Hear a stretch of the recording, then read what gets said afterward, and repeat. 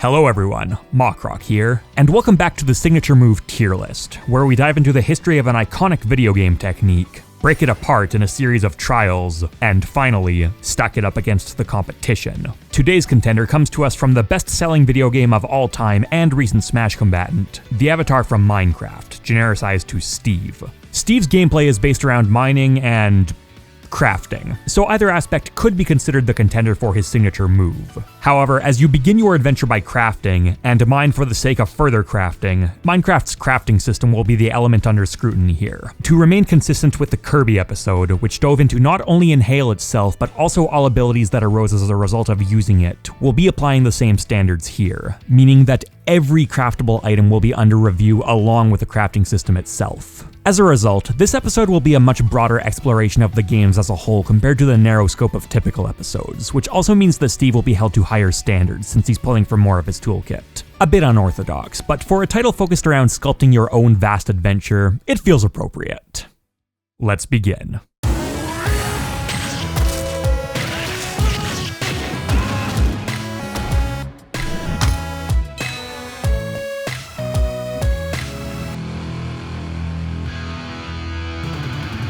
As before, we'll be exploring crafting throughout the video game world, and evaluating it on power, utility, synergy, style, and design. These scores will place it in either A, B, or C tier, with further promotions or demotions into S and F tier done on a case-by-case basis. Note that the Minecraft segments will focus on survival mode, as it's the format that provides significant obstacles for the player to overcome, although for the sake of time, certain liberties were taken during the construction of my sample world. Also, we would generally explore spin-off titles as well. However, as the crafting system in these games either leads to similar outcomes as the original or is missing entirely, an exploration of Minecraft itself, specifically the latest official Java release, as well as Super Smash Bros. Will be sufficient for this video. This entry into the Signature Move tier list was created to coincide with the character's recent Smash release, and the upcoming entry on the Falcon Punch was voted on by my supporters. You can vote for future episodes yourself by becoming any tier of patron, YouTube member, or Twitch subscriber. For now though, let's dive in, and see what this modern classic can do. Minecraft employs a wide variety of hand weapons, both melee and ranged, including the sword, axe, trident, bow, crossbow, and shield, with further reinforcement from armor and stat augmentations. These are your go-to options for defending yourself during your adventure, and while their power levels obviously vary considerably from humble wood and stone all the way up to enchantments and diamond and netherite, even at the upper levels of possible gear, they deal with enemies, but not much more than that can be said about them. This is the most powerful type of sword, enchanted with full sharpness and fire to boot, and while it's certainly cutting through these basic enemies, its efficiency isn't terribly impressive considering the level of equipment being used. I could get better results by equipping a sword enchanted to deal with a specific type of enemy, in this case the undead, but general sharpness and enemy-specific upgrades are mutually exclusive, and even one of these swords is quite expensive to produce. Not to mention that no enchantment is fully going to fix the limited hitbox or damage per second cap the timing mechanic introduces. These tools are your go-to options for damage dealing, however, many more open themselves up to resourceful players, including death by TNT, crushing, burning, drowning, falling, or various dangerous potion effects, and many of these can be completely automated. These ultimately aren't going to be leaned on anywhere near as much as your primary weapons though, which between their initial creation and repair is already getting costly. Pour enchantments, potions, tipped arrows, etc. into the mix, and you're now using a massive amount of the game's rarest resources and equipment just to try and temporarily emulate the combat proficiency many video game characters gain access to through a single move. Defense is more reasonable. At least when you're fully armored up, you can take a beating worthy of the resources poured into that armor, but overall, combat is probably not Steve's strong suit in Minecraft. In Smash, it's obviously far too early to gauge the character's competitive viability overall, but I'm pretty comfortable saying that Steve has some very good moves. These include one of the few combo jabs in the game, a ludicrously powerful downer that can be jump cancelled and even works out of a footstool, a spiking forward air that hits on frame 8 in a world where these moves usually pay a heavy speed premium, an extremely quick and versatile minecart that functions as everything from a combo tool to kill move to somewhat bizarrely a command grab, a very multifaceted down tilt, fantastic throw combos at early percents along with a dedicated kill throw, some of the quickest juggling tools in Smash through his up tilt and up air, both of which confirm into his extremely powerful up smash, etc. Now, the range of many of these attacks are somewhat limited, and their main balancing factor obviously comes from requiring resources to use effectively, but just take a look at this and tell me you're not seeing some powerful moves here. With the tepid performance in his home series being balanced out by a strong, albeit very resource-dependent toolkit in Smash, Steve receives a power score of 3 out of 5. Let's take a look at the world I constructed for this video. This is my farm, which automatically generates a number of different resources. Here's where I collect wool. A long cycle clock periodically sends out pulses to these dispensers, which shear any sheep in range, and a brief flush of water makes sure they eventually get washed into a hopper, Minecraft's funnel, where they're redirected into another dispenser which uses a redstone circuit to periodically spit the wool onto this track. Here's my iron farm. The villagers try to spawn an iron golem to defend themselves from this zombie, which is then promptly flushed down the apparatus, pushed away from any walls with pistons on a clock, and is incinerated by lava, his only remains being iron ingots, which are likewise dispensed onto the track. A similar system is employed to collect arrows, bones, and gunpowder, with enemies spawning in a dark room, walking onto the trap doors, and being washed underground to their death. I'm collecting eggs with another set of hoppers, and wheat through a villager constantly trying to harvest it while his inventory is full. Every one of these resources is dispensed onto the track, waiting to be collected by hopper-equipped minecarts. These carts loop over an ever-changing circuit courtesy of further redstone systems, periodically returning to the base to unload their cargo, which is automatically sorted into the appropriate chest. And of course, I've built some extra tracks for myself to let me travel around more freely. Now, there are still some limitations to the systems you can build in Minecraft. For example, my beef and leather farm can't ever be fully automated. The cows won't breed unless I feed them by hand. The best I can do is have the cart that collects wheat travel over to the cow farm and deposit some of its harvest into a handy chest. Of course, after I have replenished my cow supply, I can still send out a system of staggered pulses that pours lava, raises the wall to trap cows in the harvesting side, retracts the lava, and lowers the wall back again, while outputting the leather and pre-cooked steak into the rail system.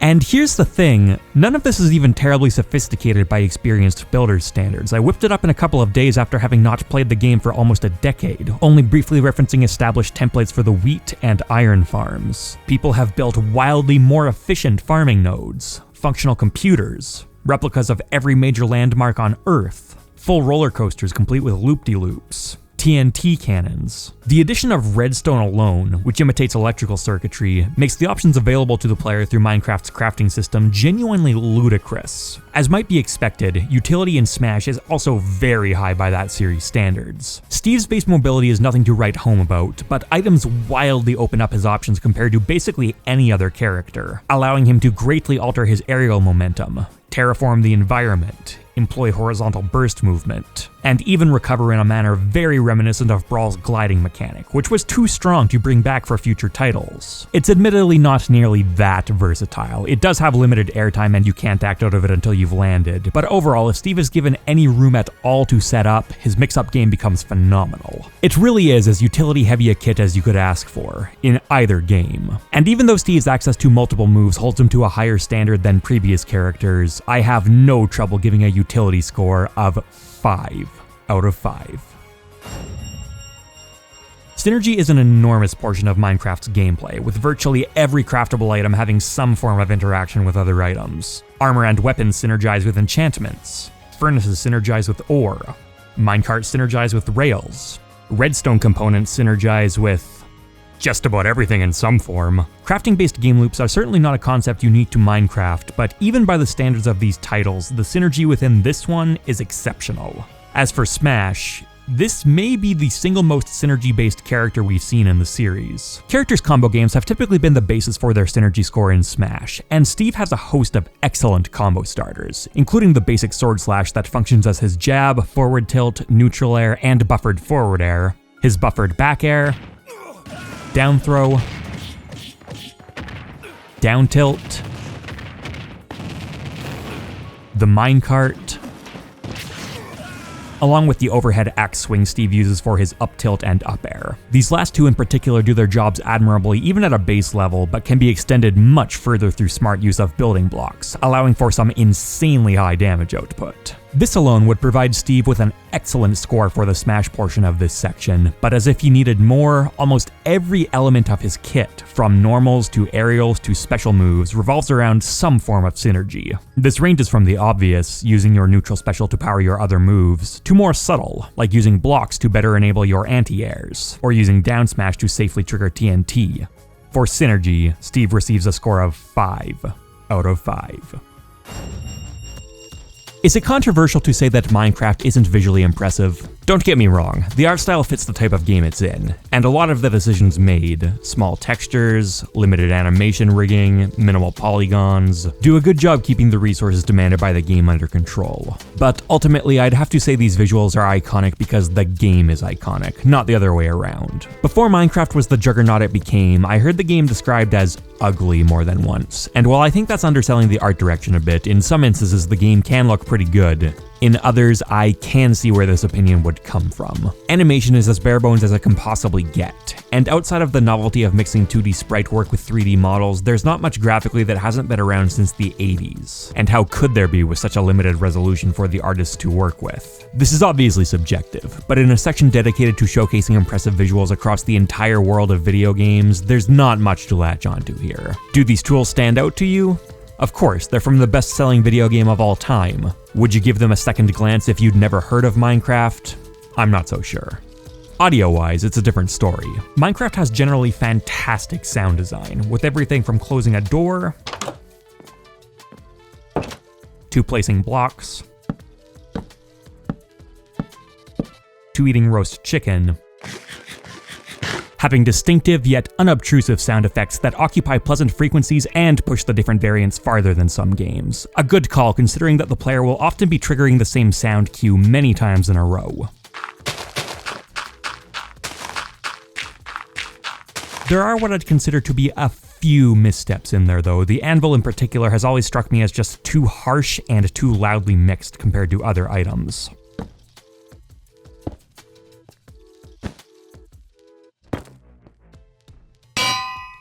While these and a few others are more outliers, the implementation of these sound effects does unfortunately have some persistent issues. One of these is the way the game handles proximity, with sound sources cutting in and out fairly abruptly.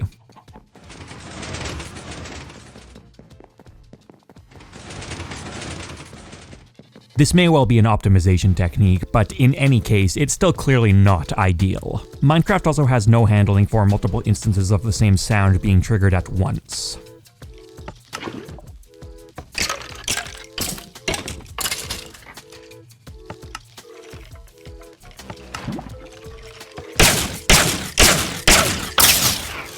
These are sticking points, but the vast majority of the game's core sound design is still very solid, which I'd consider much more important overall. The visual and audio aesthetic of the source game was translated so directly into Smash that, technical considerations aside, a lot of the same comments can be applied here, although I'd actually give Sakurai and his team additional praise for this decision. Generally, characters are rendered in a way that tries to blend them all seamlessly into the same world, but they boldly didn't do that here. The character feels very distinct in a manner that I do think pays off. This wasn't trivial. As a counterexample, take PlayStation All-Stars Battle Royale, a platform fighter that made little attempt to blend the different franchises' aesthetics together and, at least in my opinion, looks quite disjointed and ugly as a result. Whereas the fine line walked with Steve makes him feel straight out of his home series without harshly clashing with the Smash environment. With that said though, I do think there would have been room to expand here, particularly in his animations. I can forgive the team for not implementing standard animation styles for a lot of his moves, such as rolls, techs, and tumbling, as this matches the simple keyframing and limited joints of the source game's models. However, it has the consequence of making many of the characters' different states very difficult to distinguish between at a glance, a big issue in a fast-paced game like Smash. This is admittedly more of a design consideration, but adding in some additional items would have both fixed this problem and given Steve some major style points to boot. His tumble animation could maybe utilize weakness particle effects, his tech's a water bucket, his normal rolls ender pearls, things along these lines. Now, some of Steve's animations already delve into this approach and are incredibly effective in my opinion, but in other areas they're at best functional and at worst even somewhat harmful to his gameplay. For style, Steve receives a score of 2.5 out of 5.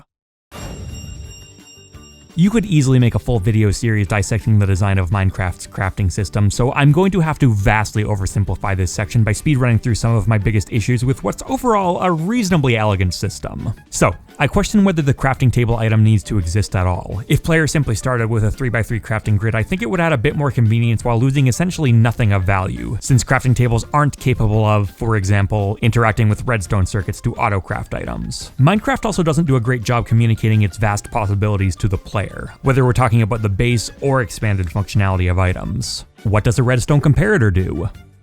Go to YouTube or the wiki. The wheat farm I showcased earlier works because farmed soil is 1 pixel shorter than a full block, allowing a hopper to absorb entities through it. How would I have known any of this without going to YouTube or the wiki?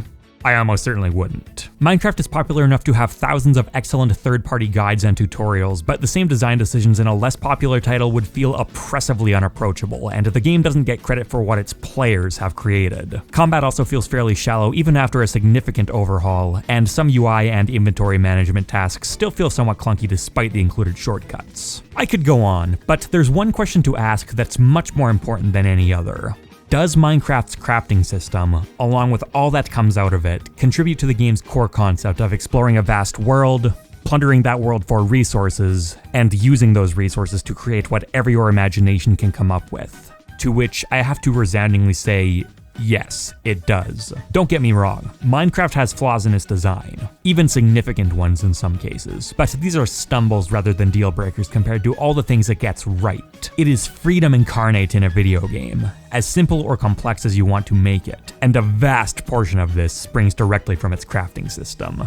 As for Smash, there's the same caveat as Power, where it's far too early to have a comprehensive idea of how Steve is going to play moving forward, but there are definitely some very high and low points that have popped up so far. I'd consider this to be by far the best implementation of a resource management mechanic we've ever seen in the series, with gathering and spending resources being a constant test of timing and skill that results in a wide variety of complex decisions. Almost every powerful tool in Steve's arsenal pulls from a pool of resources that are reasonably efficient and intuitive to gather, yet still enough of an obstacle to make the player sweat over each expenditure. Sure, an iron set of tools provides a huge upgrade over the wooden ones, but also pulls from the same resource needed to power your minecart and anvil, 2 of Steve's best moves. Maybe you should hold out for a gold set instead, except then you're missing out on powered rails, which kill almost as early as a diamond sword. Speaking of which, do you spend that rare diamond now, or wait until your next stock, since your resources persist after death, making gathering them an action you're even more incentivized towards? Throw in the constant choice of how to best spend your time during gaps in combat, and the fact that you can use resources to generate more resources if you're skilled enough in your execution, and the system comes across to me as extremely impressive. Almost as direct a translation from Minecraft to Smash as you could ask for, while still making total sense in this game's context. That translation isn't perfect, though. I do think it's a bit of a shame that structure building, arguably the most iconic element of Minecraft's gameplay, isn't really a function in his Smash incarnation outside of a final Smash animation. You'll tend to place at most a couple of haphazard blocks at once, both because of Smash's pace and the hard-coded block limit. And while it's an acceptable compromise, it feels like a bit of a lapse in what's overall an extraordinarily faithful recreation of the source game. And there's definitely a theoretical direction they could have gone in that focused more on building, maybe with different inputs allowing for the placement of block combinations. As of now, Steve's gameplay focuses more on his minecart than his building blocks, which, considering all the efforts they made to capture the essence of his home series in other areas, is a bit of a weird hierarchy. The block system we have also feels a bit awkward in some areas, such as the rigid grid structure, meaning that some positions make it easier to land on your blocks than others. I wonder if the system would have benefited from snapping Steve a bit towards the center of the block he just placed, or maybe allowing freeform horizontal placement of the first block, but having a second block nudge it back onto the grid. This isn't how it works in Minecraft, but neither is being able to place blocks in midair to begin with. These might create their own issues, and I'm sure Steve Masters will find ways to take advantage of the different block landings, but it's worth considering as the existing system can be a bit unintuitive. This also applies to the possible block placements, which are limited to an arbitrary boundary around the stage, with no obvious indication of whether or not you're within this boundary. There was absolutely going to need to be some form of limitation here, but I wonder if this was the best system, as opposed to, say, a limit on how many blocks you could place before your feet touched the ground, especially since that would reduce some some of the jankiness when trying to place blocks close to the stage, and also lessens Steve's ability to ledge stall, which we'll need time to see the true impact of, but is an element of his design that I think might become a problem. His grab's hitbox also doesn't properly match the animation, which I always just hate. Overall, the crafting in both these titles is quite solid and leads to a lot of fun. These are some of the biggest games in the world after all. However, there are also some issues that can't be fully overlooked, despite everything they get right. For design, Steve receives a score of 3.5 out of 5. The points are in, and now it's time to apply our weightings and generate the final score. Power, utility, synergy, style, design.